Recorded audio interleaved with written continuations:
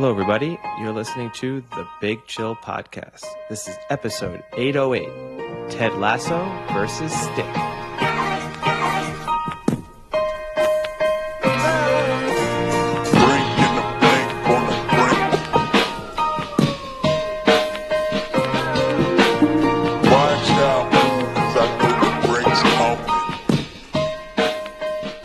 Big Chillians, and welcome back to the Big Chill Podcast. Frank, join us with Eddie. Eddie, how's it going? It's going well. It's been a long break for us podcast-wise. I've been the good news is I've been really monitoring my health more closely. And I've put this Whoop on, but I think I'm dead because I'm not getting any data back. It's really funny because, our listeners obviously won't know, but I upgraded my Whoop to the new 5.0 Whoop or whatever. And they said, what would you like to do with your old one? And one of the options was you can give it to a friend and they get 2 months free. And then if they want to purchase it, they can purchase it. And it was funny as I said to myself, I would do that, but my Whoop is kind of gross. I would feel bad giving it to someone. And then I looked and it says don't worry, we'll send you a new Whoop. And I guess what it's really said was we'll send you a new Whoop strap. Yeah, 100%. So I got the box and I kind of didn't want to open the box. I wanted you to open the box. I'm oh, cool, Whoop. But then it turns out in the box was just the strap. And I was supposed to give over the actual component piece, What makes it worse is they give you the normal box. So that's part of the reason why it tricked you is it doesn't look like it's just a strap box. It looked exactly the same as the 5.0 box they gave. Yes. It also means because what they want you to do is you to clean because it comes inside. It says it provides you with alcohol wipe so you could wipe down your old Whoop. And then it wanted you to place the Whoop actually in the same little slot so that you open it. It looks like a brand new Whoop. Said I opened it with nothing there but the strap. And then I was convinced that it must have fallen out. So I had a couple minutes of being shit, it's fallen out. This sucks. Frank just gave this to me and I've lost it within 15 minutes of having it. And then I Googled it. They give me a gift box, but they want me to open up the gift box. Yes. That goes to someone else. Yes. And a brand new strap. So I do have the strap. Okay. Sweet yeah. Well, strap. The Whoop device will be in the mail tomorrow, so you'll finally have some access. Can't wait. That was pretty funny. Yeah. And the other thing was too is I was trying to think who would use this, and I thought with the fact that maybe you're going to start playing tennis again, it might actually be pretty cool to see your tennis stats with it. So that's kind of why I was that'd be. I'd kind of want to see your tennis stats and see kind of what you get your heart rate at, and if you can see peaks in between sets and things like that would be pretty cool. That's a pretty cool sport to be able to see the differences in the spikes. When my heart rate drops to 35 on match point, just to show what a nice cold killer I am, that'll be perfect. But at the moment, there you go. I'm just zeros all around. Just yeah, that's pretty funny. That actually made me laugh when you said that. Public service announcement to any listeners who think that Whoop has this incredible regifting option available. It's still good. The brand new strap, it's not bad as a nice way to repurpose. And 2 free months isn't bad. Yeah. Because it is $20 a month, that plan, I think. Yeah. Maybe €25 a month here. I think something like that. Yeah. Well, we'll see. I'll definitely test it out once it reads something. Yeah. Well, and then I guess, we pride ourselves on being a travel podcast, and that's kind of why we haven't had an episode in a while, because I traveled to London and Oxford for about 10 days. We met up for the King George in Ascot, which was pretty fun. More crowded than I thought it was going to be. Royal Ascot obviously gets super packed, and I figured it would be, a tenth of Royal Ascot, but it actually was a pretty good turnout. I mean, everything was still pretty crowded. 10th would be catastrophic for them. 8,000 people would be in that size of a space would be pretty bad. Yeah, I think I wasn't surprised how many people were at the course. I was surprised how many people were at the Stag. That did surprise me. And the Stag, not a sponsor, but unofficial sponsor. Yeah, they sponsor us with Jaeger bombs. We are an official supporter of the Stag. Decidedly different experience, Royal Ascot versus the King George weekend. Just messier on the King George weekend. Slightly fewer people, Much so. but way messier. Just Way water messier. everywhere, piss everywhere. It's definitely different. Yeah, I was surprised how crowded it was, and I expected, for instance, I didn't even expect that back bar to be open. There's like a second bar that they have a back bar, and I figured there probably wouldn't be that many people that they need to open up the back bar, but they did, and it was crowded, and they did need it. Just as much dancing and way more sloppier dancing, Yeah, and more inappropriate dancing. It actually was a pretty fun vibe. it was. I enjoyed it, and we ultimately kind of fell into that groove, I think, when we started to do a Jaeger bomb shot every 3 to 4 minutes. Yeah. Yeah. There was a time period in a 30-minute window. I think I personally took 4 double shots of Jaeger. Yeah. No, it got heavy fast. And I had the great interaction with, I will not name the trainer that he worked with, but with an Irish guy who is the nutritionist for a relatively large trainer in Ireland. I'll leave it at that. Who at one moment, in the midst of speaking about horses, turned to me and said, "How racist are you?" And I said, "Not very. Why?" And he said, "Oh, never mind." And then one of your students walked up, and then he immediately said, "How racist are you?" And they said, "Not racist." And then he was like, "Oh, that's okay then." And he walked off. Do we think he had a really good joke, or what's going on there? I don't think it was a joke. I don't know. Okay. Yeah. I think the reaction to me saying "not very" was strong enough that I was unlikely to be some, slightly sort of un-PC joke coming out. Yeah. So, in terms of the traveling, I know we like to kind of, do some what ifs and how we feel about certain things. I want to see the Edward Hewitt ruling on this. So, on the way back, I had the benefit of traveling in the first class, so the full lie down seats, which, again, for anyone who doesn't sleep well on planes, it's an absolute game changer. Your seat is enormous. Again, obviously, you have the full lie down. So, if you're someone who kind of needs to be lying down or on your side, you have that benefit. It's super nice. Um, I definitely took advantage of it. I had like a good 3.5 hour sleep on it, but right next to me. So like they usually have one on each side and then 2 in the middle, and you have like your little divider. And It you're doesn't go facing all the way in up. opposite directions. Yeah. And you have like the slider where you can close yourself off, and you have the divider you can pull up a little bit so that even if you're sitting, you don't see the person next to you.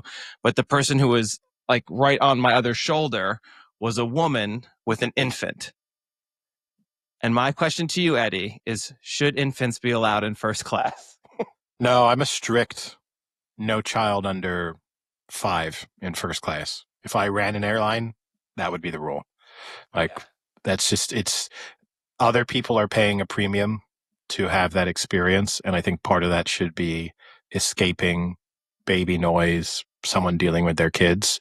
And yeah, people will complain and say, well, I'm also paying a premium to give my child more comfortable travel experience or to make it easier for me.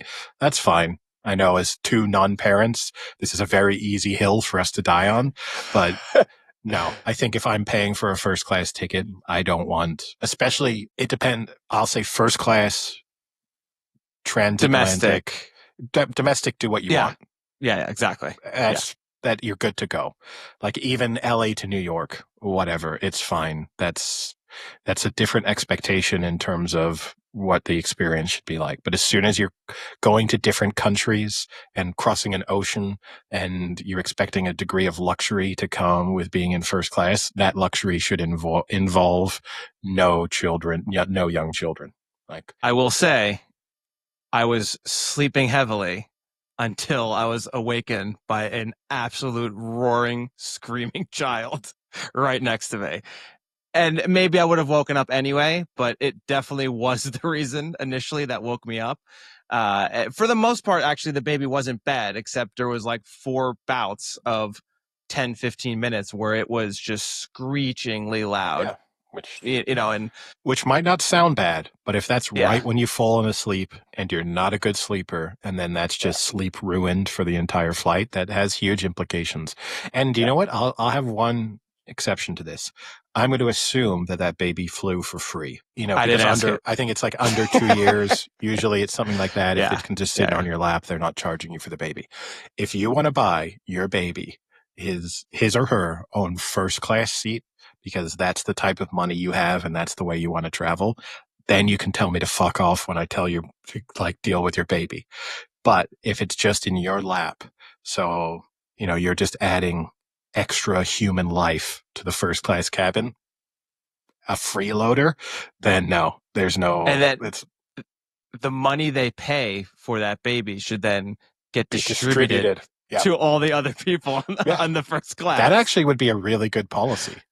You Yeah, got to pay for your baby and everyone gets 50 pounds. whatever it is. Well, I mean, give some to the flight attendants. I'm fine with that. But every person gets 50 pounds back off their flight. I mean, or a 50-pound voucher, something that at least says, hey, this is a nice gesture from the person who's just ruined part of your flight. That still Yeah, wouldn't really offset because I don't think 50 pounds was really going to about change four. much. But It would be about $4,000 each way to get a ticket. yeah, but then how many seats are there? Because that's what There was I can remember exactly because I was 6. There was 8 rows of 4. So 24, 4,000. So we're not talking a huge amount of money. 32, Then 32. 30, okay, 32, 4,000. Then let's call it 40 because we'll give some to to the crew. So we're Okay. down to 100 each. And it's not exactly a game changer if you've No, you're just, down to 1,000. Oh yeah, 100. Yeah, 100. Yeah, yeah. sorry. So if Yeah. you've paid, now you've used miles for that, but if you've actually paid full whack of the 4,000, them going, hey, and we know this baby just threw up on you, but here's 100 back. Yeah. It isn't changing much. I mean, it wasn't terrible for me because I feel like when you're going back in a time zone, it's not It's crucial easier. that you get sleep. Yeah. It's nice. It's an added benefit. It's when you go, like if you are leaving at 11 p.m. and then you get to your destination at like 1 p.m. the next day and you've lost 8 hours, it's really nice to get a good sleep so you're not a zombie that whole rest of the day. So I wasn't too bothered by it. No, it's the But right still, way in terms of time zone change. It's also the right way for you in terms of end of a trip, yeah. because beginning of a trip is also worse, that you have anticipation. You want to get out, do things. You want to have Yeah. zero impact. You don't want to feel like you lost the day because a baby was crying versus you get home, whatever. It's not the end of the world. But hey, look, if the listeners of the podcast strongly disagree with me, then they can let us know following the Big Chill podcast on X, on formerly known as Twitter, or on Instagram. You can let us know your thoughts. But I'm sure parents, I don't know. I don't know what is. I mean, I guess there's obviously a much better situation of being able to maneuver yourself with the baby so you both can be comfortable in the seat. But you really Don't get me can't wrong. use the full lie down if you have a baby. Yeah, like don't get me wrong. The idea of me sitting in economy with a baby on my lap for, Premium economy. yeah, that's fine. That's probably you know, I mean, I just think babies shouldn't fly. That's the Well, ultimate thing. I That's think my dad ultimately, said this too. because ultimately, I no think matter what, sometimes they do need to fly. There are okay, but situations. proof. I want proof that your baby absolutely. I didn't want to go, oh, you know what? We just thought we'd take it to New York for the first time as a 2-year-old. No, leave it at home. Get a family member to take care of it. Or if you can't, or get someone, pay for some help. And if you can't afford that, you shouldn't be going to New York when your baby's under the age of 2. But otherwise, because no matter which section of the plane you're sitting in, it still sucks. And you know me, I'm always positioned next to babies whenever traveling, and I And that's fucking why I hate it. asked. I That's fucking why I hate it. asked. It has ruined so many travel experiences for me. Well, you got to start having more train beers and plane beers. Yeah, just be drunk. Just throw an empty Outdo the can. baby. Throw an empty can at the baby's head. You think the baby can vomit? Because here's the other thing I'll say is it depends a bit too on how the parent deals with it. Because you get some parents who are just like, well, babies, what are you going to do about it? It's like, okay, that's a great Yeah. attitude to have. You chose to have one. I didn't. Now we find ourselves in the same situation. If the parent seems super apologetic and is giving I'm trying, Yeah, yeah. then I have no anger. But it is when you often get scenarios of them just, baby on a plane. We know they don't like it. Can't take it out, can I? Yeah. No, Like, I will give the parent credit that both parents were on board. Anytime the baby did start to cry, they would kind of like not rush it, but like get get up up. and go up to like where at the very front of the plane where the attendants are kind of making all the food and stuff. So at least the crying was as far out of the way as possible, which I kind of get and understand. Yeah. So it just Because annoys the flight attendants.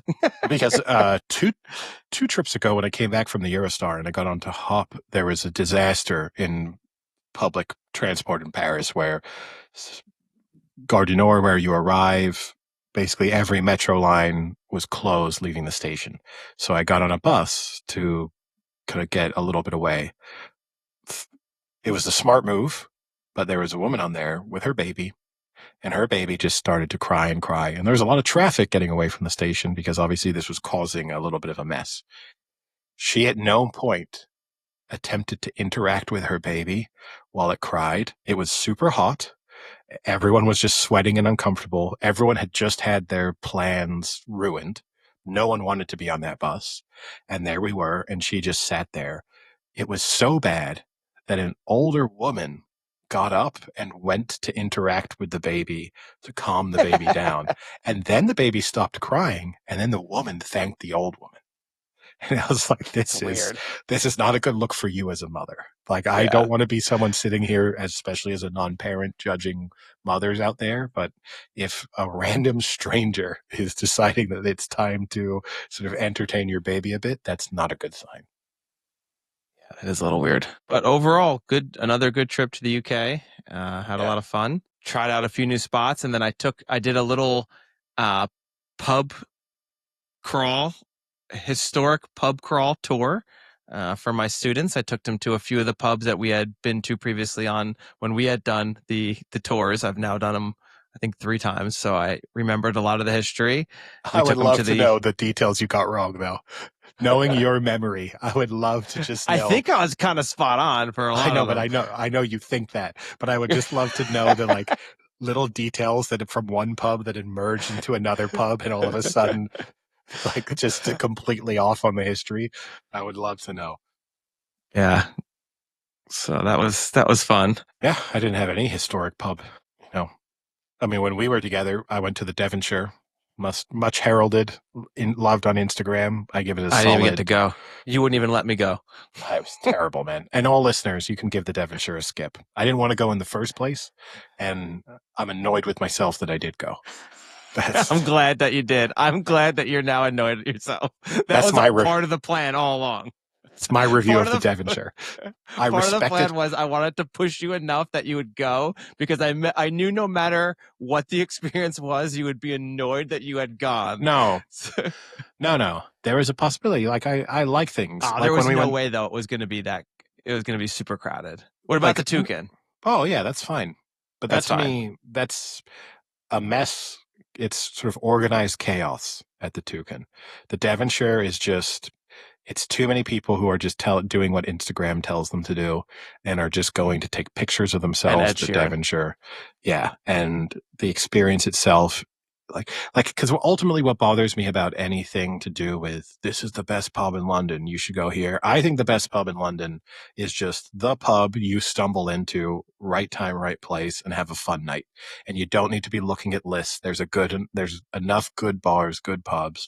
Just wander around, look for one that looks like fun, and go in it, and you'll have a great time.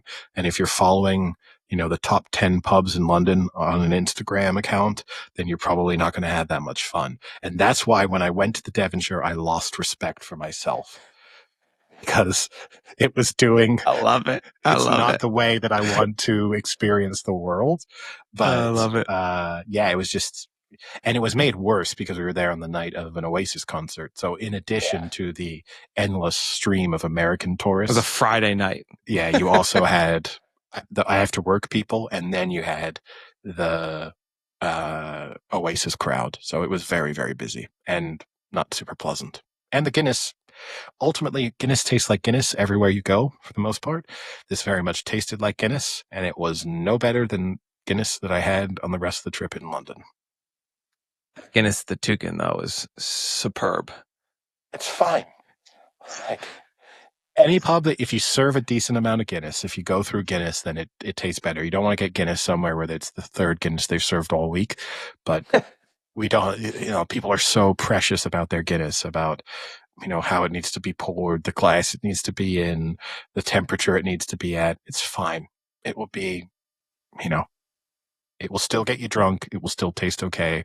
And it will still make you do horrific things the next morning. So that's what Guinness promises. I had 3 good Scotch eggs, which I was very happy with. The one at the George, I still think is my favorite.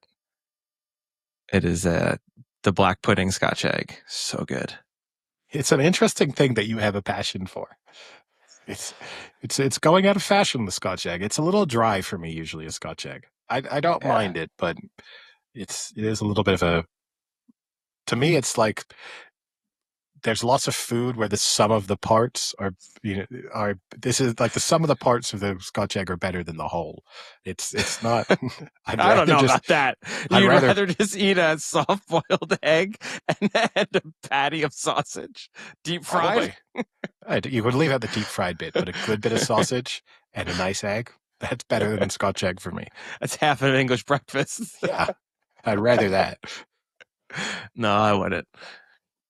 That, and we had at least 5 orders of halloumi fries, which is something you have to take advantage of whenever you get to Europe or the UK or anywhere non-America. Traditional British food.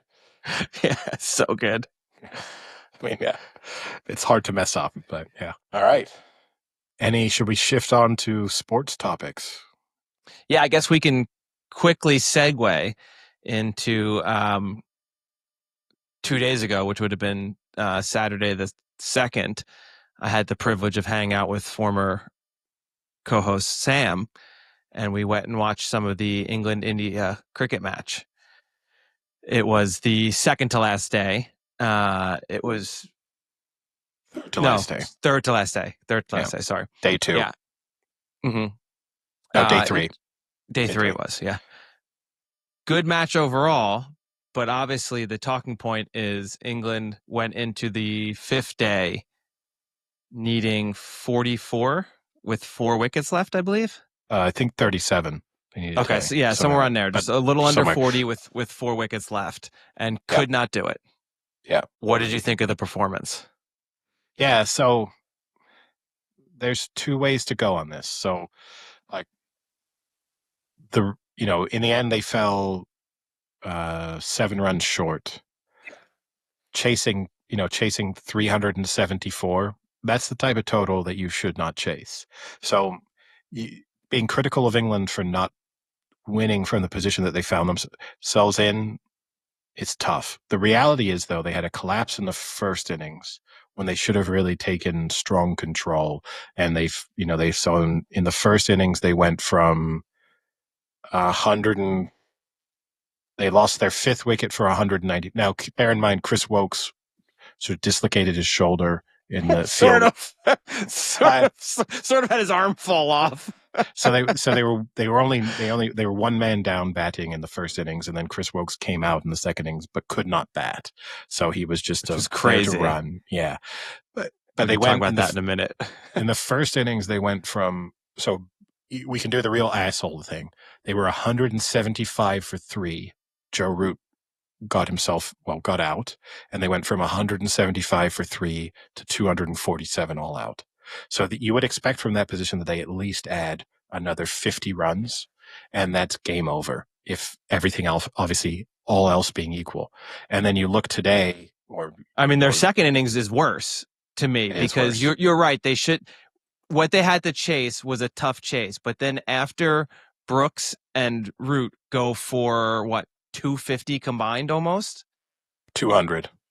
Well, yeah, No, they both hit a century, they did, but you got to look at right? the partnership. So the No, I don't mean partnership the was partnership. I don't mean the partnership, but I mean like overall those two yeah, yeah, went but in for like 220 or whatever. And then you think sure. at that point they've got this. Like how can you Well, not just get the remaining? so What did Brooks when Brooks went out, what were they at? Brooke, they Brooks, sorry. were I always say yeah, Brooks.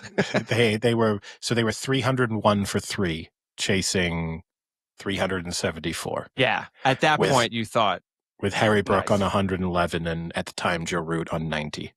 So yeah, they were 1 to 100. I want to just say for Sam, former co-host Sam, Oh God, not this who again. a week before, This stupid arguments. but a week before England cannot lose from these positions. And I said, oh yeah, because England are a collapse is beyond them. I just want to say, wrong match, right prediction for me. But they, they, they were 1 to 100. India were 100 to Crazy. 1 to win. If you Crazy. just, and yeah, they go from 301 for 3 to 367 all out. So they lost 7 wickets for Awful. 66 runs, and factoring in that 2 of those were extremely set batsmen, and then you still had Bethel and Smith, who are recognized batsmen to come, and Overton, who's a solid all rounder. So I think the blame really lies to me. Harry Brook just played a needlessly dumb shot at the time that he played it. Okay. Then you just have relatively soft dismissals for Bethel. Root in particular, uncharacteristically, he just kind of played and nothing, just floated his bat outside the off stump and nicked it behind. And Jamie Smith, too, not exactly sure what he was doing this morning. The one, and it's easy to point blame at the tail enders, but the reality is that those 4 should have done a better job at getting them over the line. And Joe Root should have really known that his job at a certain point was he had to be there at the finish, which is something you love to talk about in cricket. I don't mean you as in you, but the collective you, is that at some point in time, and it seemed that way because Harry Brook was being so aggressive, that Root knew, oh, we need 60 more runs. I'm just here to be there. And if he'd been there this morning, they would have won. And No even problem. this morning, they started with 2 boundaries to kick things off. And so that it looked like, oh, they're going to make light work of it. Now, to get onto the Chris Wokes injury, I'm just going to say one thing about that. Really, like for him to come out he was visibly in so much pain, and to even try that. So for those who didn't watch or follow, he literally came out with a sling on his arm and basically had his one arm underneath his sweater and was literally one-armed out on the pitch trying to I say trying to bat. He didn't ever actually bat, but yes. Which here I have 2 thoughts. He's not required to wear all of that equipment. What he can't do is kind of take it off and put it back on and take it off and put it back on. And if the plan was for him, clearly to never face a ball, I don't know why he made his job of running as difficult as he did with the amount of equipment that he had on. So I guess you kind of have to make a just in case, like a worst case scenario. What if something crazy happens? I think there was no scenario. But then the other thing I do have to say is, so they got down to needing 7. Atkinson hit a 6 that felt like a lucky 6. Got it down to 11, I think, at that point. And then they got 1, 2, and then it was 2 singles off the end of the over, and they needed 7 to win. And what I kind of don't get, and I'm not going to lay the blame on Gus Atkinson, but he was just having a huge swing at absolutely every delivery. And I get that in his mind, it was like, if I can hit 1 6, it's game over. Why not just think in your mind, this is going to take me 7 overs. I'm going to get a single at the end of each over. And just make sure I'm at bat. I will just defend the rest of the time.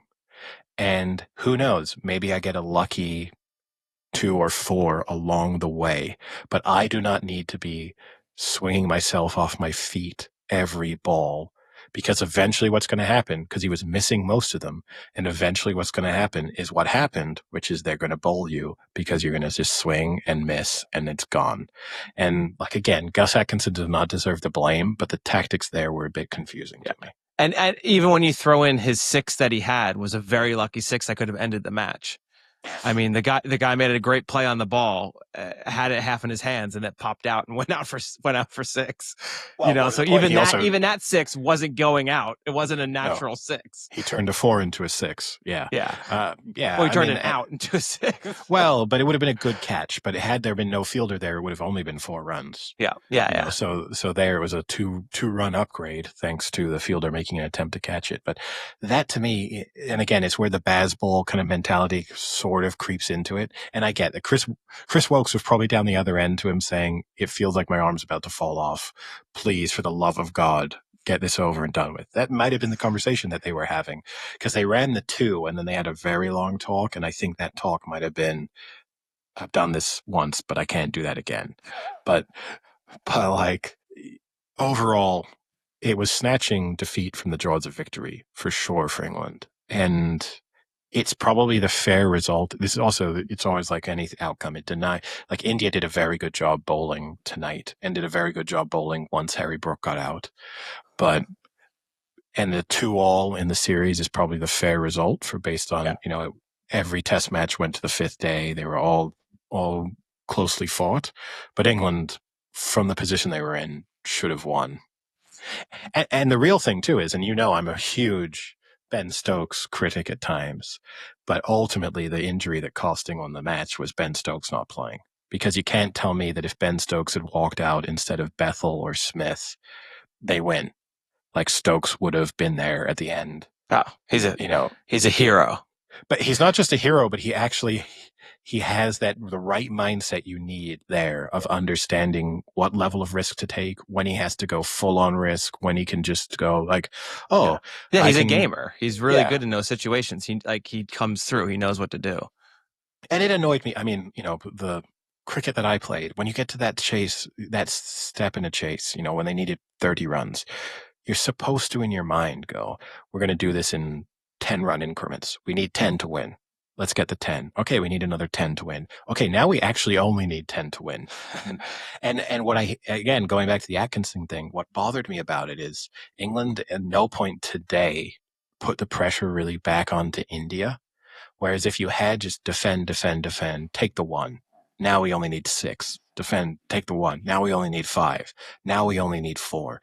You then shifted where India were kind of happy to put everyone back. He's trying to just hit boundaries. They're not going to pick up any runs, and we're going to get him out eventually. And they didn't do anything to kind of shift the game plan that India were being able to use in the final few overs. And that was disappointing. Hey, heavy cricket talk. For someone news just tuned in thinking we're going to talk about the NFL or something, and they got travel, Scotch egg discussion, and then cricket for 5 minutes. Yeah. Well, let's switch then to the NFL. We can do a little NFL.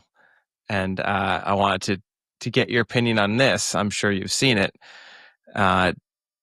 We have discussed Donald Trump a few times in the last few ones. He put together a council for sports, fitness, and nutrition.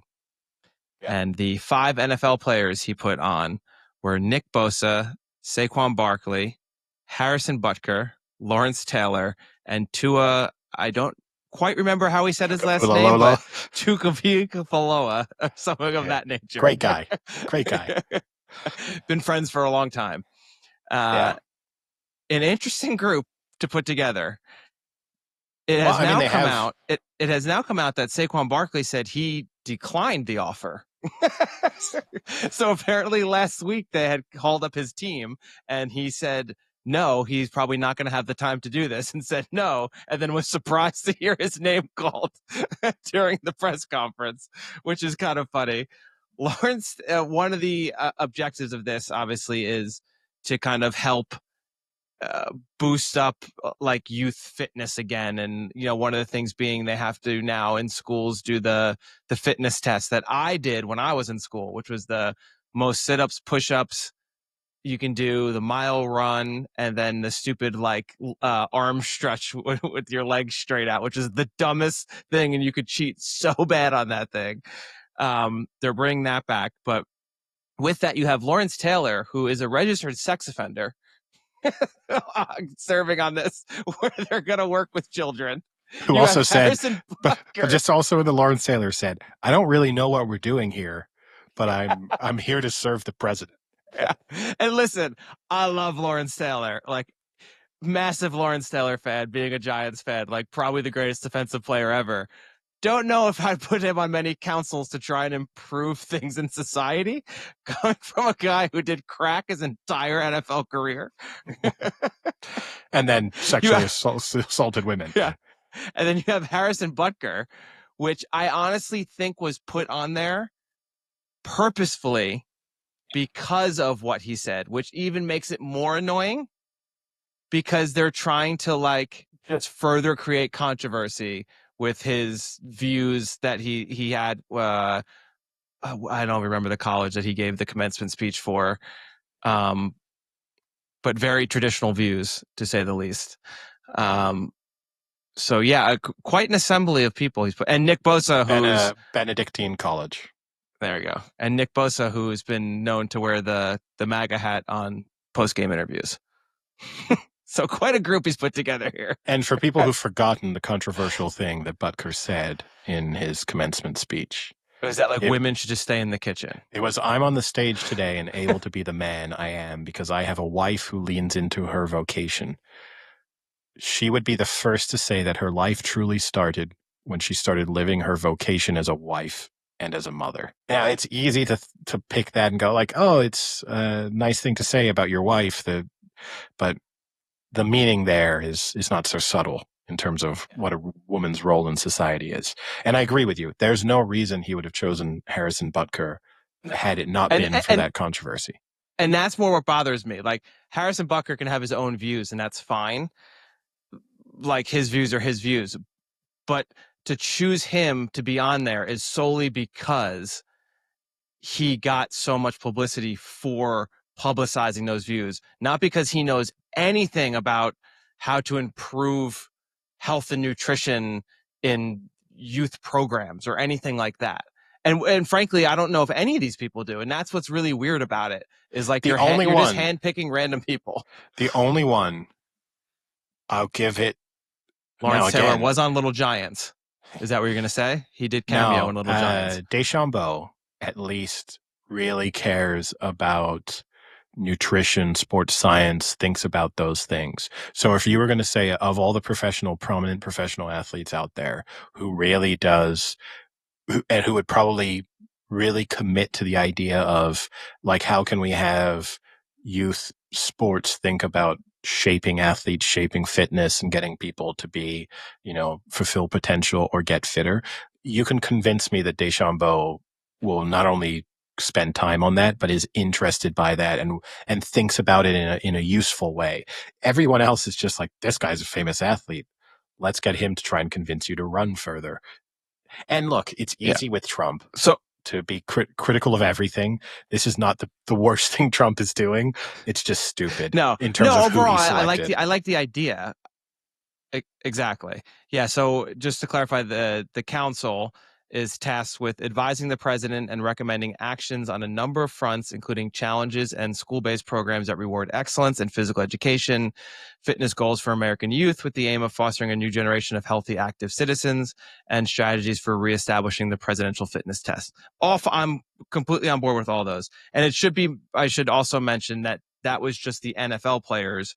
But like you said, Bryson DeChambeau's on it. Jack Nicklaus is on it. Wayne Gretzky's on it. Roger Goodell is also on it, and there's going to be like 30 famously healthy Roger Goodell. Yeah, and Triple H is also on it. Yes, of course. Oh, also right? famously. Yeah. I mean, it's mostly famously just clean. It's mostly people who've just been openly Trump supporters. That's basically, they ran through a list of who are the most prominent, most vocal Trump supporters, and let's get them in the same room. And there again, like, if you are starting to do something that relates to getting young people to exercise, why would you have no prominent high school coaches, sports coaches, college sports coaches? Why wouldn't you be picking people who actually have had to spend part of their careers? I know that you'll say like, but you have super famous people within those areas where you're like, this person can motivate people. Or at the very least, take professional athletes who already have foundations and programs set up doing some of this stuff. And there are a lot of athletes who do put in a tremendous amount of work doing some of this stuff and setting up, like local programs to get youth people, like I was gonna say underrepresented youths into sports and things like that. Like you have a lot of professional athletes who do this, and maybe they don't personally know every in and out, but they have connections and they have built up nice programs for this. So that also is kind of annoying that you're not picking any of those people. But I mean, go ahead.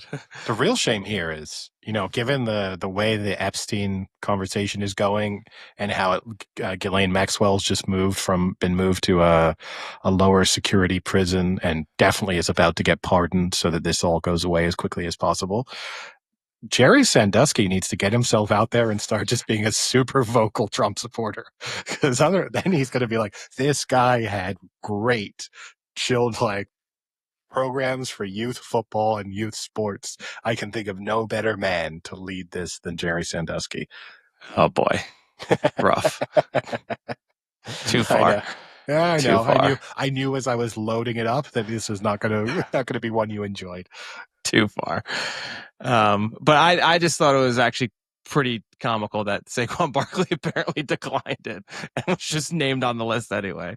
So I thought that was It's not funny. that surprising, but yeah, it's yeah. Well, I'll tell you what also is not surprising, Eddie. That also involves Saquon Barkley.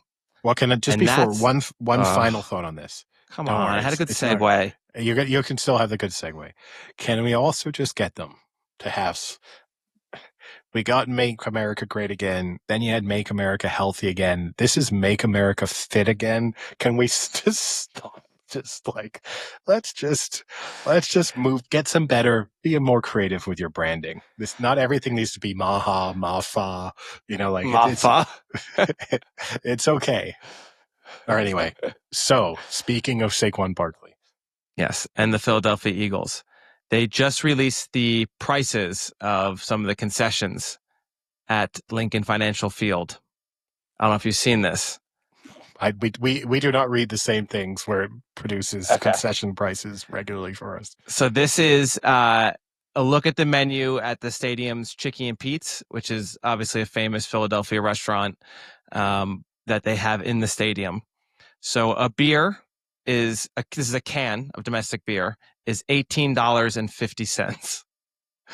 A bottle of water is $8. Crab fries, which is one of the Chicky and Pizza's signature items. It's basically French fries with Old Bay seasoning on it. $17.50 for an order of fries. So $1 less than a beer.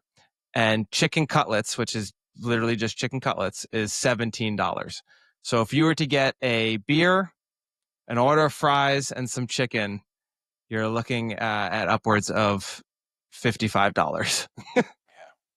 And look, the food I find less outrageous. It's the beer and the water water in particular, charging $8 for a bottle of water is just it's just unacceptable price gouging. I can go to Costco and get a pack of water and it comes out to 7 cents a bottle. Yeah. And this is probably not, this isn't some incredible spring water that they're offering you, right? It is just going to be... It's not Harrogate water, the official sponsor of Ascot. Yes. It's just going to be whatever it is, the cheapest water available, which is probably just repurposed tap water, basically. But yeah, I mean, and look, they'll probably tell you there's somewhere else you can go and get cheaper water in the stadium or get cheaper beer if you want to, but it's just, I don't know, genuinely, I don't know, going back to the discussion about being parents, I don't know how you are a parent nowadays and taking your kid to sporting events, and realistically, that's just running you up $300-$400. Oh yeah, without the ticket. Yeah, I mean, you got to figure the tickets $250, and then parking another $50. If you want to actually park. If you don't, you're taking transportation. That's fine. But I mean, you're already at $300 there. You want to get some sort of memorabilia at the gift shop. That's at least going to be another $50. No, I think about being a kid and, going to jazz games regularly in Salt Lake. And look, I'm sure my parents thought it was expensive, or, you're not aware of your parents thinking like, oh, I hope he doesn't get this or whatever. But they're definitely, you aren't Another remortgaging. fucking John Stockton jersey? We've got Yeah. 7 at home. Enough. They're not remortgaging the house because I decided I wanted popcorn and a drink, which is the position you're basically putting people in nowadays. Now, any other sporting topics to wrap up with? I have one. It's sport adjacent. And I just want to get Okay. your opinion also. I want to get the Edward Hewitt opinion on this. Um, I listened to Bill Simmons' podcast today. I don't know if you've listened to it yet. And he discusses the WWE. I think, right? Is it WWE still? Now, Whatever the big yes. event was that just happened. And he was saying it was amazing. And I'm going to really fuck this up because I don't remember the wrestler. But one of the wrestler was supposed to face off, and he had like an injury. And for like 8 weeks, he was flown out to doctors, to specialists to see the injury, to see if he could push through it or not. And he was on crutches and in a not a sling, a cast or whatever. And all this happened. So then they had to replace him and put someone else into the fight. And then that person fought and lost. But then this guy came out, and it turns out that he had faked the injury the whole time, and that the WWE had put in all this effort to fake this injury. And then he challenged the wrestler, and then he ends up winning. So he won the title. And Simmons loved this, absolutely ate it up, said it was spectacular, fine, whatever. His then next statement, which really got to me, was he said it got him to thinking why we don't see this in sports more. And I really want to be like, because it's not a fucking sport. It's a product of entertainment. You're not going to have an NFL team faking Patrick Mahomes' injury and then 3 minutes later coming out being like, oh, I was kidding. Oh my God. What a thrill. Because at the end of the day, it's not that matters. It's that they go out and fucking play a game and actually win the game because it's not scripted. Also, too, this is the same guy who during the NFL season will complain that certain teams are not transparent enough with their injury reporting and that he feels like there's some level of collusion in terms of like betting lines. Could you imagine the scandal if the Chiefs said that Mahomes was going to miss a game and so the Chiefs are suddenly 2-point underdogs and then Mahomes just comes out midway, like two plays into the first quarter, and they go from 2-point underdogs to 7-point favorites in an instant because he suddenly turns out he's perfectly healthy. I mean, talk about the easiest way to do match fixing ever. But yeah, I Yeah. have, I So have, I'll clarify. It was Seth Rollins was the one who faked the injury, and was supposed to face CM Punk, and then CM Punk won in the first night of SummerSlam, and then when he was about to get his title or belt or whatever, Rollins' music hit, and he made his way and found out, like, ripped off his brace or whatever, and claiming it as the ruse of the century. yeah. Why doesn't this happen more in sports, Eddie? That was his exact quote. I don't know why this doesn't happen more in sports. Because it's not Yeah. a fucking sport. It's tough because I also, adults who are still into wrestling, who will always do I know it's not real. I know it's not sports, but you do have to respect their athleticism, which is fair. What they do is crazy. And like, it's just really entertaining. It's made for, Here's what it's made for here's my children. go ahead. And once you're over the age of 14 and you're still really following wrestling, I have to question some things about you. Like until okay, when you get a kid again and then you want to get them back into it, and which I think is kind of what happened to Simmons is his son was there, then he sort of got back into wrestling. But I think his son now doesn't give a shit, and he's still on board. Like it's pretty sad. I just don't understand what the difference really is. and I'm sure I'll get bashed, and I really don't care. Between that and what Jason Statham does in a movie, Yeah, because there's Jason none. Statham is super athletic and has crazy unique moves and is basically doing the same thing where it's scripted fighting, also called acting, that leads to an outcome. Except this one isn't Yeah. his isn't live. That's the difference. Yeah. Yeah, you're not wrong. Yeah, but you could go to a play and just fucking lose your mind over stuff that was going on in the play. Like, Yeah. biggest plot twist ever? Why don't they do this in sports? Romeo wasn't dead for a second. Like why don't they do this more, or vice versa, whichever way around it is, with who kills themselves first. But then, that's stuff like that. I don't get it. I thought you'd But enjoy that. I'll keep us somewhat on the same line. Oh This boy. weekend, I watched Happy Gilmore too. I haven't watched it yet. Please don't ruin it. It, I'll tell you this, it's impossible to ruin because all it is nonstop cameos. That's it. Yeah, that's what I've heard. Which I don't find entertaining. I think it's weird to me because Happy Gilmore 1 is not nonstop cameos. So it's not keeping in, like, the theme is not consistent from the first movie to the second movie. And also, all it does consistently is take you out of the moment to be like, oh shit, that's Travis Kelce. Oh, that's Bad Bunny. Like, that's all you spend your time doing. And I don't get why you would want to deliver that as a movie. I mean, whatever. Adam Sandler's just making money hand over fist and having a fun time and living the dream. So I'm not going to be too critical of Adam Sandler, but I don't know why Travis Kelce needs to play a waiter in the movie. Like, I don't know what that added to the experience. Yeah. Yeah, and I have heard that there are so many cameos that it's just like nonstop. And it's a shame because I mean maybe you'll change your statement slightly. A really good, well-placed cameo can be really good in a movie.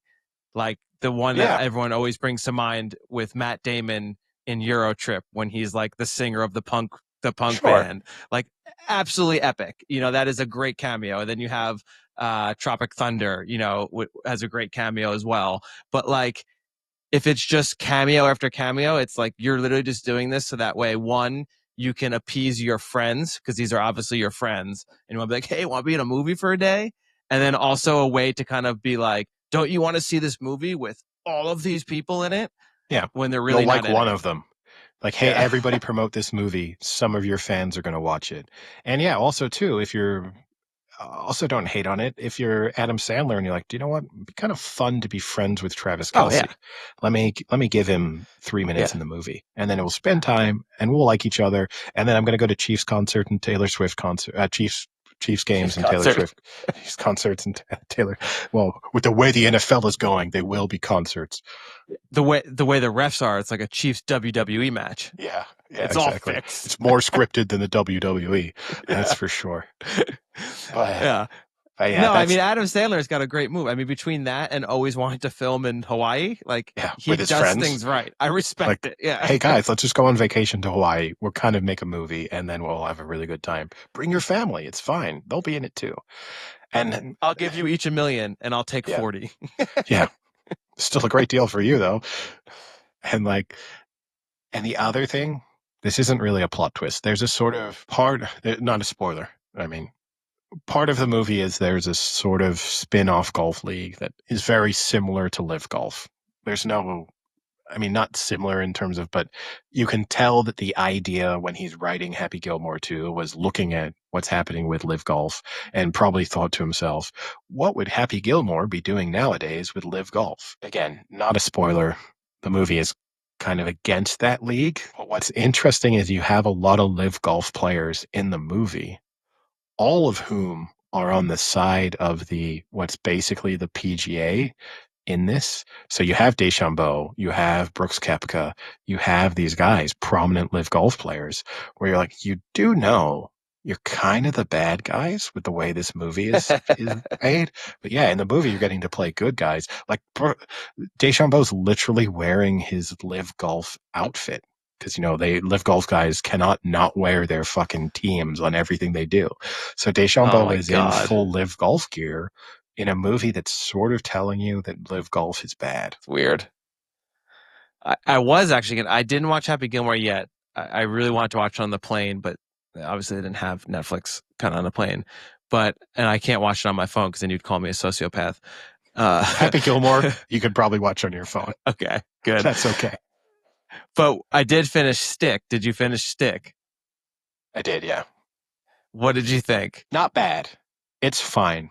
Looking at the totality of the season, it is what it is, which is a feel good, no mental engagement little story that overall actually has some reasonable acting in it for the most part. There's some little plot lines that are unnecessary and annoying, but that's the way it's going to be. But overall, yeah, not bad.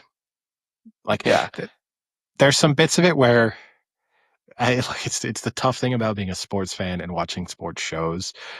And it's the only thing I will say I liked. So at the very end, because they did it twice where his family just sort of ran on to celebrate with him. They did it in the previous tournament where yeah, he holed out and they just were all there, where you're like, you can't do this. Like, the tournament's still going on. You can't just have, but at least with this time, everyone runs onto the green and then you have Morikawa being like, come on guys, I've got a putt to make. Like, that I at least, because it was annoying me while it was happening, and at least they acknowledged the fact that this was acknowledged it. sort of stupid.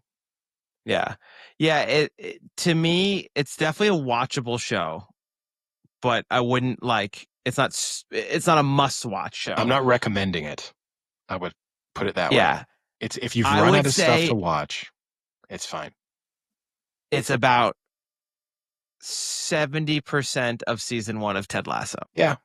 You know what? You Though, gotta remember, season 1 of Ted Lasso was very good, and at least what I liked about that one is in subsequent seasons, this is one of the knocks we had about Ted Lasso was they introduced and resolved and went through storylines insanely quick in like the later seasons of Ted Lasso, where like all of a sudden this guy would be like the craziest, insane most person in the world, and the next episode he's completely flipped and he's fine. Like some storylines went way too quick, and this you kind of felt it, like the introduction of the dad. The dad's introduced, and within an episode, he's like been there. He's then become an asshole, and he's left. Like, it's way too quick of a storyline for like, yeah. Oh, here comes the dad. It's like, oh wow, this dad does suck. Oh, he's gone. Okay, goodbye. That ended quickly, like half an episode. But I guess part of that, you could say, look, if this guy really is that big of an asshole, that's what assholes do. They can pretend for a little bit, which he pretended for. Yes, it's for 5 minutes. For our viewing purposes, yeah. But in the actual, it's 2 days. It's like, yeah. Which, hey, that's probably as long as an asshole can pretend not to be an asshole. Like, if this guy's that bad, if he's literally left his son for 10 years because the kid wasn't good enough at golf, basically. But what I would say is, I actually think it's slightly better than Ted Lasso. And yes, it's hard to put myself back in the position of what was Ted Lasso in just in season 1. But Ted Lasso also always suffered a little bit from the character of Ted Lasso just being unrelenting jokes. That like he would be serious, but even in the serious moments, he was still making jokes, and like the weird references to things, and everything had to be a metaphor or an analogy. And that was just like, you could bananagram Ted Lasso scripts. Did you say banana hammock? Bananagram. Oh. Whereas I actually think this is slightly more heartfelt. I think the Owen Wilson character of the dealing with a child that's been lost, everything makes more sense about who he is as a person, and the moments where it kind of does get serious actually feel Like the big Ted Lasso thing that you still get seen is the stupid dart scene where he's just like, and if you'd asked a little bit more about me, I would have told you that every Saturday I went and played darts with my dad until he died when I was 15 years old. Like it's like, it's a cool moment. And then he checks out with like 170 checkout throwing darts like he's never thrown darts before. But, so we're supposed to believe that he's, Phil the Power Taylor reincarnated. Like that bit, that bit doesn't, Wait, it is Phil the doesn't, Power Taylor dead? no. But when he dies, he'll come back as Ted Lasso. He'll come back as Ted Lasso 15 to 20 years before. as a fake fictional character. I don't think, and this is a very difficult position to put myself into. Both of my parents are alive. I don't think if my dad were dead and I was watching that Ted Lasso scene for the first time, that scene would move me that much. I think it would have just been television and gone, oh, not bad. I think now this is more heartbreaking, but I think if I had had a child that died, I think much of that Owen Wilson, there's moments of that I think would be heart-wrenching within the comedy. When he speaks about like you can't go there too often, that like if you go there you never leave, and he kind of he kind of imagines this whole scenario of his kid being alive and he's kind of going through that. I think that's much more moving television than anything Ted Lasso really did. So I think, is it as good of a show as Ted Lasso season 1? No. But do I think it actually merges comedy with like a realistic life? Like the characters feel more real than any Ted Lasso characters have ever felt. Maybe. Do you think? I think there's going to be a season 2. For sure. And it's beautifully set up, right? That he's going to now play golf and it's going to be the two of them. And then probably there's going to be, look, you can predict it. Start a doubles league. No, they're probably going to be head to head in a tournament. And then the kid's going to fucking hate him for a while because he beats him. Like you could see where it's going. The kid's a little annoying because the kid does get really angry about things. Whiny. Like, this isn't that bad. Like, yeah. They are just trying to coach you, and you're treating it like, why would you lie to me? Why did you tell me I should use the 3-iron and not the 4-iron? I still don't. I don't want to spoil it for those who haven't seen it, but the one part where he gets very upset at everyone, I still don't fully understand why he got so upset, because it seemed like a reasonable transaction. I'll put it that way without trying to spoil it. And also, like if someone had told me that, I'd be like, oh, that's kind of fucked up. But like, I kind of see why that worked and why you guys did that. Okay. Yeah. He's not angry. I'm a little angry. I'm not going to storm off. He's not angry that Owen Wilson gave his mother money. Like, that was fair game for him. $100,000. Yeah. But the ring is like, no, this is unacceptable. But and the other bit that I will say, yes, he's too annoying. They do such a bad job of explaining it in the moment too, of just being like, well, I didn't feel about you the way I feel now when he asked me to stay. And then, but also too, like, I love you, but I still need to make a living. I mean, you knew that was coming for like a while, and it didn't turn like it didn't materialize well. You know who didn't know it was coming is me, because I had previously fallen asleep in the episode where the ring transaction happened. Okay. And so when he like found the ring, I had no idea what the significance was. And so as it unfolded, I was then able to put it back together with like, oh, that's when I fell asleep. I get it now. But yeah, but overall, like, it's a perfectly decent show. Yeah. I'm happy to watch it. And I actually think I think the characters are more developed than Ted Lasso. I think you have more variation in the characters. Like Ted Lasso also kind of, everyone in the end ended up wanting to be caricature of themselves, but also wanting to be Ted Lasso, wanting to be the happy-go-lucky, like, let's just always look on the bright side of life.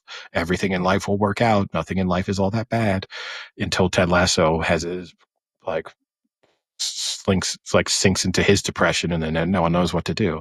At least in this, you've got Owen Wilson, very different from the Mark Maron character, very different from the kid. The two kids are different. They look eerily similar. They do look like they could be siblings, but aside from that, it's fine. Yeah, and I like Owen Wilson more. I've always been a huge Owen Wilson fan, so I like anything he's going to be in. And I guess speaking of, we can just cap this off. I sent you on Instagram that they are wrapping up filming season 4 of Ted Lasso, and this time it will center around Ted coaching the women's team. How do we feel about that? I'll give it a go. I'll give it a go. I'm fairly confident I will not finish the season because I'm not like you. So there will be a time when I give up on it. I also think that what they've really missed the trick here is it's been too long. Like we've all forgotten. Ted Lasso had such a moment during the pandemic in particular, where it was like one of these shows. It was the right timing because the world was chaos and depressing. Not that the world isn't chaos and depressing now, but we were all confined to our houses with this huge amount of uncertainty. And you had this charming character come into our lives who was kind of like, make the best of everything kind of character. Yeah, like you wanted poached eggs, you got fried eggs. It's okay. They're still eggs. You know, like that's just like life. And now it's been years. Like I've forgotten why it ended on a low, and now I've forgotten why I even liked it in the first place. I mean, I think the best thing that could happen is if they don't bring back a lot of the characters, which obviously won't happen because this is what I also dislike about shows sometimes is they feel like they have this responsibility to like stick with the character just because they were in previous seasons. And I always loved shows that didn't abide to that. And obviously Game of Thrones is a huge one that they would just kill off main characters. And like, this is bad that I'm gonna say this. It makes it more realistic in a way, you know, like in Game of Thrones, not everyone realistic. stays together forever. Yeah, and not everyone is like gonna switch jobs and suddenly become part of this and part of that. Like it would be more natural if, for instance, I can't remember his name, the guy who ends up coaching West Ham, if he's not in this anymore, you know, because he's now coaching West Ham, you know, and if he left at the end, didn't he? I don't know if he does. He went back to Richmond at the very end, didn't he? I don't remember. See, I think he quit or got fired, and then he went back to Richmond. Maybe. I think that was his return to sort of being a good guy. Like I think this show will be better off if it ends up just being like Ted, maybe one other character, and a whole new group of people. Yeah, and look, I'm not someone who likes to encourage plagiarism in the shows that I watch because it's really boring when you're watching one show and they've taken the plot line directly from the other one. But one of the weaknesses in Ted Lasso was that his son might have been the worst actor ever. So if they could just take the plot line, if they can just take the plot line from the stick and that kid could die, that was, God, not in real life, just the character. Oh, it's terrible. Because he was awful. So I hope his kid's still in it, and I hope it's the same kid. I doubt in the last 4 years his acting has significantly improved. So, look, I'm not a good actor either, but I'm not in a major TV show. So, you know, but yeah, go ahead. Have the flashbacks, have the flash forwards, leave the kid out of it for as much as possible. You're looking up to see what the kid's in now. Yeah, probably it's going to be hold on. I got is this now rumored to be the next James Bond. So just to clarify, Ted's son, I feel bad doing this to this child, but he was played by Gus Turner. After being in Ted Lasso, he was in an episode of Loki, and he is going to be in Lord of the Flies, which is a TV series that's currently in production. But when you search Ted Lasso's son, it says for the first 3 seasons, Henry, Ted Lasso's son, was played by actor Gus Turner. However, for the upcoming 4th season, the show is seeking to recast the role. They listen. This is why the podcast exists. We sometimes we positively impact the world. And look, I hope that Gus Turner goes on to have a wonderful career in whatever line of work he chooses to have. I don't think it should be acting, but even if he does, I hope he takes, figures it out as he gets older. But yeah, he was one of the worst acting performances I've ever seen in a very popular TV show. I mean, Ted Lasso has an 8.8 on IMDb. I think it's a 9.2 if the kid had just never showed up. And I think it's a 9.5 if they remove that spitting on the mirror side of the plot line. Yes. And it's a 9.9 if the final season never happened. So I don't want to I'm not just placing blame at the feet of this child, who I'm sure is a very nice kid and probably will turn out to be a good actor. I'll probably watch Lord of the Flies because I like the book. So I'll watch it whenever it comes out, and let's see if he's better in that. All right. Anything else? I did have a mini gym experience today. I'll flip it on you. Although it was a sauna experience, so I know you're not a sauna you fan. in the saunas. You gotta just get out of the sauna, man. I went for a swim, then I went into the sauna. And I've been going yesterday and today. I went at pretty much exactly the same time. Do you shower before? Like, do you before go the sauna? Yeah, like after swim, do you like wash off the chlorine and then go in the sauna? Yeah, I rinse myself down in the shower. I don't like shower. Yeah. But you rinse off the chlorine, so you're not like sweating out chlorine, which is probably toxic. Inhale it and die. Yeah, no, and I'm not also going immediately from the pool. There's like a 25-minute period between pool to sauna plus being rinsed down. But yesterday and today, I've been there at exactly the same time. Yesterday when I was there, and I've never seen the guy before because you experience it. The men's changing rooms, they kind of wrap around the central spot. So you can actually be on the other side and not see someone. And he's a whistler and he whistles all the time in the changing rooms. And it's really fucking annoying. Okay. I see what you're saying. Yes. Okay. Yeah. I thought you meant like he like whistles at you. No. He's not catcalling people. Yeah. He's I gotcha. He's in the shower and he's there whistling a tune, he's getting changed. He's whistling. He's a tune whistler. Okay. Yeah. And then I was in Can you recognize what he's whistling? Not really. Sometimes he whistles because there's music playing. Sometimes he whistles along to the song. But usually it's not even a song. He's just whistling, basically. And he got into the sauna. I did not know he was the whistler. And I was in the sauna by myself. He was the whistler. And then he proceeded to try and rape me. He got into the sauna with me. And after 15 seconds in the sauna, just the two of us there, he started to whistle. And that's rough. I was like, I'm going to give him, because he was kind of quiet and he did it, then stopped. I was like, I'm not going to say anything. But if he does it again, and 2-3 minutes later, he whistled again, and I just flashed him a look of, let's stop the whistling. He apologized. He never whistled again in the sauna. But then he did come out. He got me a little. Because he came out I left the sauna first because I'd been in there before him. And when he came out of the sauna, I was changing. And he walked in front of me. And he did look at me and he started whistling again. So nice. I think I have a nemesis now. Whistler. It's a good nemesis name. I mean, Eddie versus the Whistler. The thing to reduce some of the tension here is he's probably a 75-year-old man. But which makes it tougher, to kind of say something. Yes. Yeah, I don't know. Like the sauna is such a weird place, man. It's a strange thing where like there's nothing to really do in the sauna. So you're kind of just sitting there.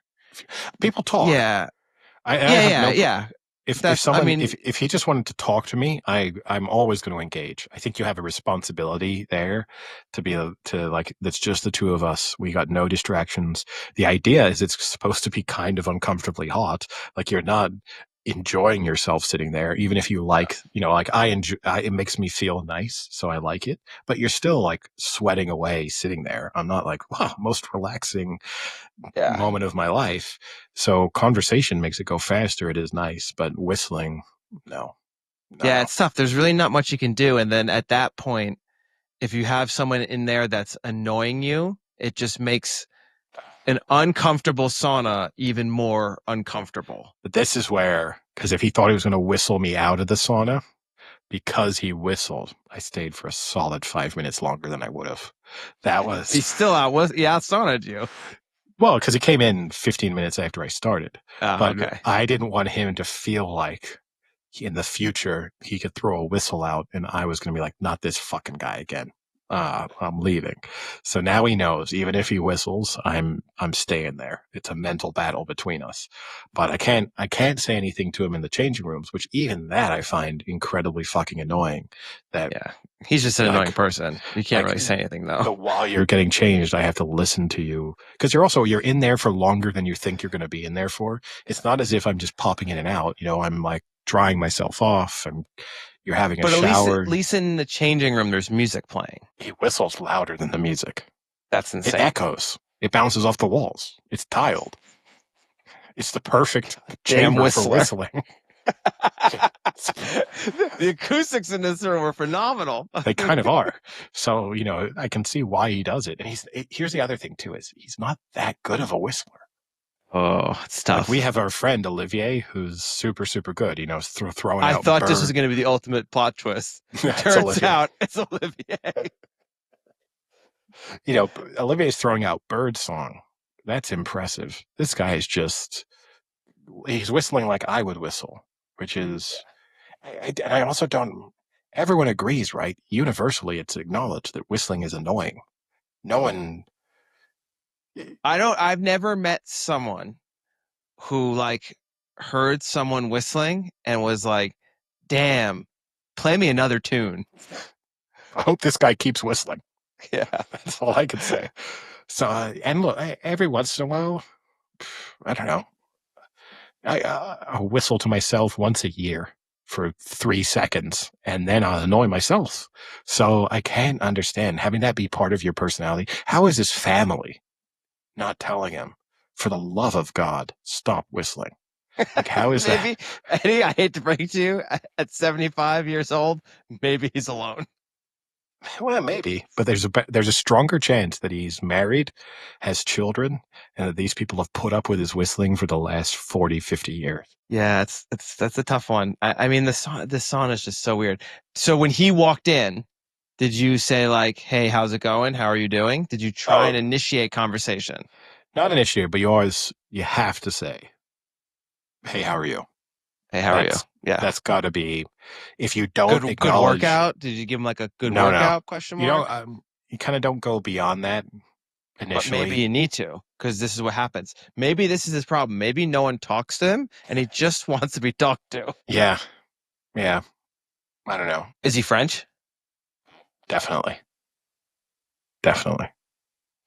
Because that's the other reason I don't talk as much in the sauna too, or I don't initiate as much. Because whilst my French is good, I still end up at some point having to go down the path. Someone will be like, "Oh, you're not French, are you?" It's the same conversation every time, Yeah. because it gets a little boring. So I try and avoid. If someone speaks, I speak, but I'm not. I'm not the guy in the sauna. Be like, "Oh, hey, how are you? Yeah. Mondays, huh?" That's that's not happening for me. But I did. If he kept whistling, I gave him the look. And if he kept whistling, I was going to just say, "Hey, look, after a long day of work, sauna is my relaxing time. I don't need the whistling." That was good. What I was It's going to my tell him. relaxing time. I'm clearing my head. Little did he know, I basically hadn't worked today, but that's not. This is actually going to say that point. Like, you've actually been unemployed for 4 months. That's not information he needed to know. That all I did today was have one meeting for 30 minutes, but that's okay. Yeah, that's funny.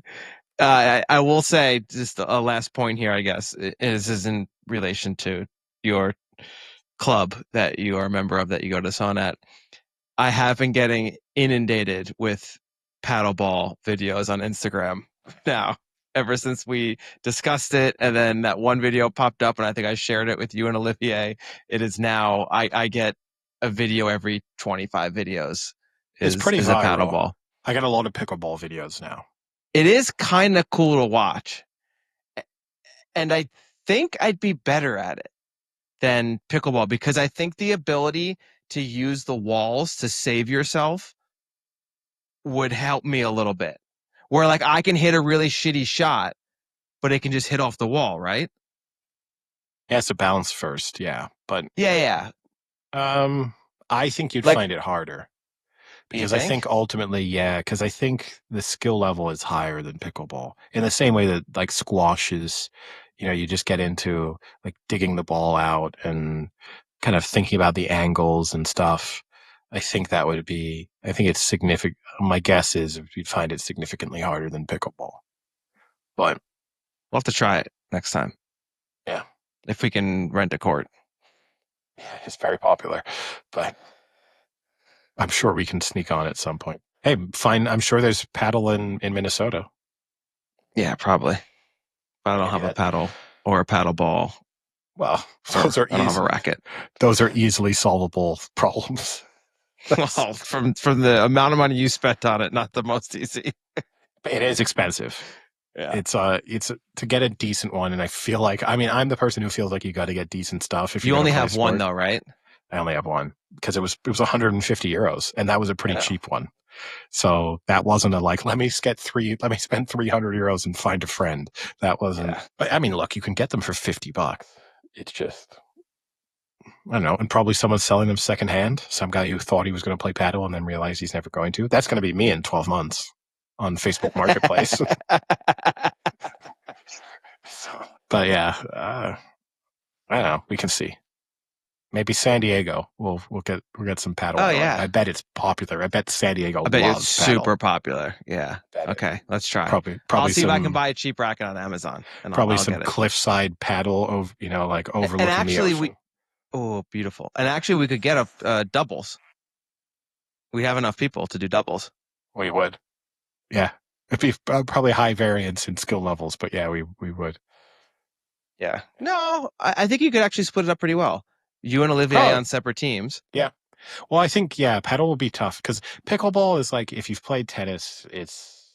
Yeah, we can definitely find a pickleball court. That would be fun. We can do that. It all makes sense. Because I have 2 rackets for pickleball. I could fly with 2 of mine. Yeah. I probably have room in my bag. Yeah. Ask some questions by TSA. I'll be a professional pickleball player for the trip. Can't leave the paddles at home. All right. Well, with that, we'll call it a day. Sounds good. All right. Talk to you later. See ya.